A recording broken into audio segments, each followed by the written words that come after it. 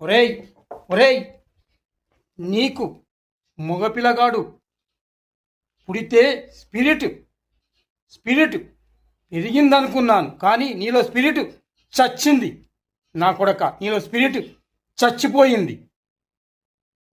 ఒరేయ్, నీ పెళ్ళానికి పాలు రావని లేడీ డాక్టర్ చెబితే 10 రూపాయలు పెట్టి పాల ప్యాకెట్ కూడా తీసుకురాలేని నువ్వు ఎందుకురా మళ్ళీ లవ్ చేసి పెళ్లి చేసుకున్నావు?